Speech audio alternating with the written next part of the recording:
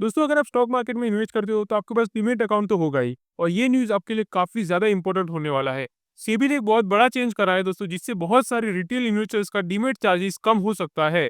और सबसे बड़ी बात तो ये है दोस्तों कि आपको कुछ भी अप्लाई भी नहीं करना पड़ेगा इसके अंदर, सब कुछ डिफ़ॉल्ट हो जाएगा अपने आप। तो चलिए दोस्तों सेबी के इस नए रूल को डिटेल में समझते हैं, जो कि हर एक इन्वेस्टर और ट्रेडर के लिए जानना काफ़ी ज़्यादा इंपॉर्टेंट है।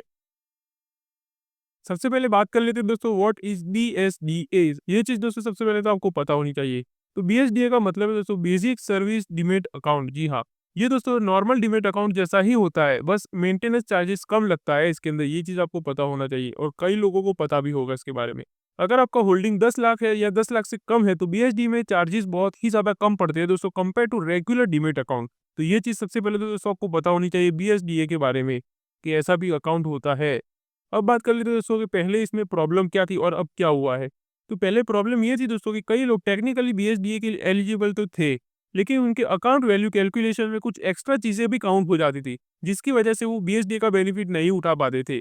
जैसे कि एग्जांपल देखें दोस्तों, तो डीलिस्टेड शेयर के बारे में आपको बताता हूँ, और zero coupon, zero principal bond भी उसके अंदर काउंट होते थे, जबकि इनकी कोई ट्रेडिंग प्राइस ही नहीं होती।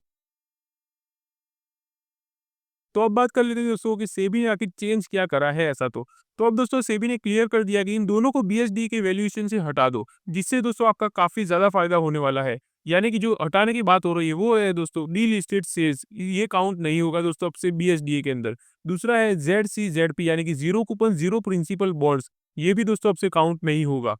मतलब दोस्तों अगर आपके अकाउंट में ये पड़ा भी हुआ है, तो ये आपके अकाउंट वैल्यू यानी कि 10 लाख का जो लिमिट है, उसमें ऐड नहीं होंगे, यानी कि उसमें काउंट नहीं किया जाएगा। और इसका रिज़ल्ट ये होगा दोस्तों, ज़्यादा लोग बीएसडी के लिए एलिजिबल हो जाएँगे अब से, और मेंटेनेंस चार्जेज़ भी दोस्तों कम हो सकता है। तो ये चीज़ दोस्तों सबसे बड़ा चेंज है सेबी का, जो आपको पता होना चाहिए। तो अब दोस्तों एक और इम्पोर्टेंट चीज़ की बात कर लेते हैं, जो कि सेबी ने एक पावरफुल रूल अनाउंस कर दिया है। अगर आप बीएसडी के लिए एलिजिबल हो, तो डिपॉजिटरी पार्टिसिपेंट यानी कि डीपी को आपका अकाउंट ऑटोमेटिकली बीएसडीए में कन्वर्ट करना ही होगा। हालाँकि उसके लिए आपको कुछ भी अप्लाई करने की ज़रूरत भी नहीं है। बस अगर आप नॉर्मल डीमैट ही रखना चाहते हो, तो उसके लिए आपको स्पेसिफिकली मना करना पड़ेगा कि मुझे नॉर्मल अकाउंट ही चाहिए। लेकिन ऐसा तो कोई चाहेगा ही नहीं दोस्तों ज़्यादातर। अब बात कर लेते हैं कि ये चीज़ कब से एप्लीकेबल होने वाली है। तो ये नए रूल दोस्तों आपको बता दूँ कि 31 मार्च 2026 से अप्लाई हो जाएँगे, और ये इतना लंबा टाइम भी दोस्तों 3 महीनों का इसीलिए दिया गया है कि ताकि डिपॉजिटरीज़ अपने सिस्टम को अपडेट कर सकें। तो ये भी आपको पता होना चाहिए।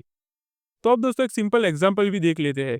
एग्जांपल है दोस्तों, इन्वेस्टर के पास अगर 6 लाख नॉर्मल स्टॉक्स के अंदर इन्वेस्टेड है और 3 लाख डीलिस्टेड शेयर्स है, तो वो पहले काउंट किया जाता था 9 लाख। जी हाँ।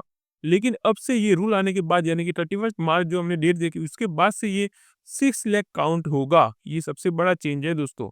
और इसी से दोस्तों आप बीएसडीए के लिए एलिजिबल भी हो जाओगे, और आपके अंदर लो चार्जेस भी लगेंगे। अब बात कर लेते हैं इसका बेनिफिट सबसे ज़्यादा किसको होने वाला है।